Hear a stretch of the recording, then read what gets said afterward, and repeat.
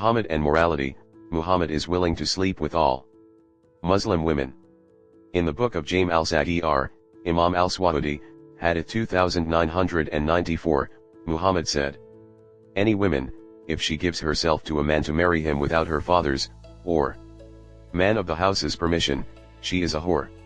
Compare this to Quran 33:50 where we read, "And a believing woman if she gives herself unto the Prophet, to sleep with her, and the Prophet desires her, he has a privilege for thee only, so no other man can sleep with her after Muhammad." 1. How can the woman, who gives herself to marry a man, be a whore, but the woman that gives herself to Muhammad be a good woman? 2. Why would a woman do that?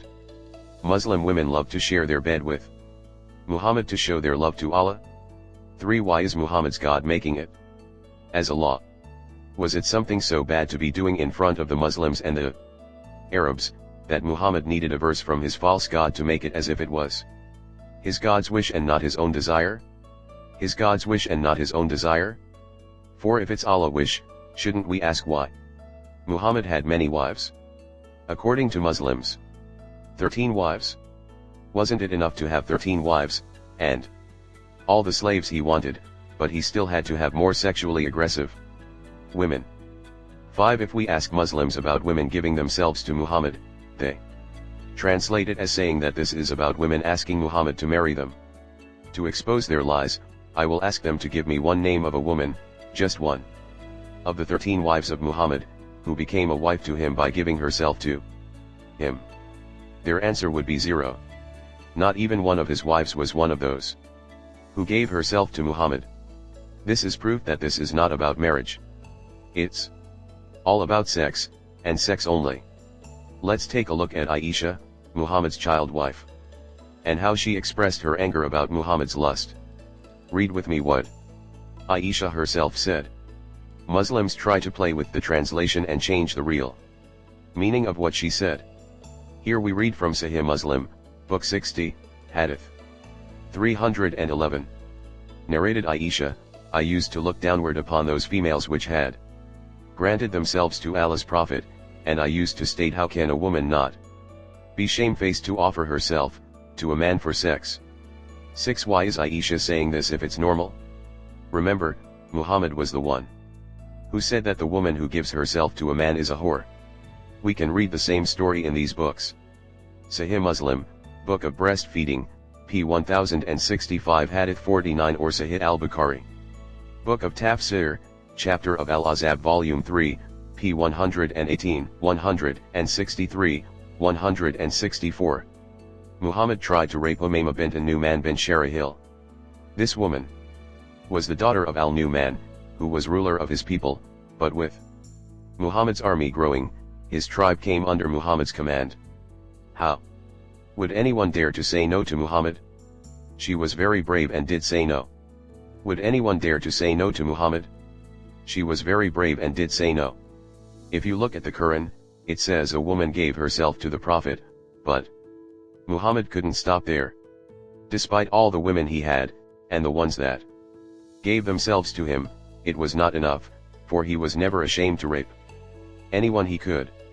Sahih al-Bukhari, Volume 7, Book 63, Hadith 182. Sahih al-Bukhari. Kitab Jami' al-Sahih al-Muqtasar, 1987 printing, Volume 6, Hadith 4957.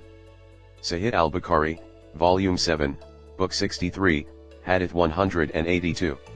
When the Prophet entered upon her, he said to her, "Give me yourself to sleep with her, as a handout." She said, "How can a queen give herself to a savage man?" The Prophet raised his hand to beat her so that she might become composed. She said, "I seek refuge with Allah from you." So he said, "You did seek refuge with one who can rescue you." This same story can be found in many other Islamic books, including the Book of Al-Sirah, Volume 4, p. 588/599, Beirut, 1952, and Tafsir al-Qurtubi, Volume 14, p. 167, Beirut, 1973. I put the Arabic and English text in bold where she said to him, "How can a queen give herself to a savage man?" I did this because in the English translations Muslims try to cover this shameful hadith, by altering the words and make it appear as if he asked her to marry him, when he asked her for sex, and she called him a savage man. In this story we see how the sex-addicted man, the Prophet of Allah, has no limits to where he can or should stop. After reading this hadith, just look at what he is asking her to do. To give herself as a gift. It's very clear she took that as a big insult. It is a huge insult for any lady that respects herself. Imagine a man entering the house of a woman that he never met before, and on the first second he enters, he asks her for sex, and to give herself as a gift to him.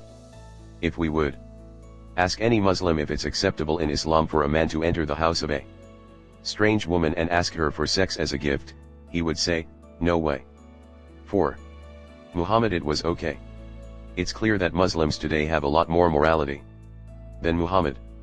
I am sure if Muhammad would try to do today what he did back then, the Arabs themselves would fight him as they did before. The Prophet was preferred above all mankind in 16 issues. Tafsir al-Quran, Al-Jam' al-Iyam, Al-Quran, by Imam al-Qurtubi, Beirut, 1992, Volume 14, p. 212. Here are some of the 16 ways in which Muhammad was preferred. 1. Prescribed the best of spoils. 2. The fifth of the best of spoils. 3. Reached out by sex, with any woman without marriage. 4. Increase of wives, more than 4 wives. 5. Sex by word, women who offer themselves, as a gift. 6. Marriage without a guardian. 7. Marriage without a dowry. 8. The marriage in the case of Ihram, Muhammad was the only Muslim that could have sex during the practice of Hajj. 9. If he took an oath with his wives, he could break it. 9. If he took an oath with his wives, he could break it. 10. If his eyes fall onto a married woman, her husband had to divorce her, so the Prophet could have her. We will stop here and take a look at the last 10 things Muhammad had above all mankind. 1. Notice all that Allah favored him was about one of 2 things, sex or money. 2. He is above all that Allah rules. It's assumed that what Allah ruled for mankind was perfect, as Muslims claim, but it's clear that those rules are not suitable for Muhammad. He needs more. 3. There is Allah and Muhammad who are above any law. The law of Allah was made in 2 ways. 1 to be practiced by Muslims and another to give advantage to Muhammad. This makes Muhammad above all mankind. This is in contradiction to Quran 49:13. O mankind! We have created you male and female, and have made you nations and tribes that ye may know one another. Lo, the best of you is the one who obeys Allah. For Allah is all-knower. So the best is the one that obeys Allah's rules, but as we see, Muhammad does not obey Allah. The Quran said 4 wives, but Muhammad keeps marrying as many as he wants.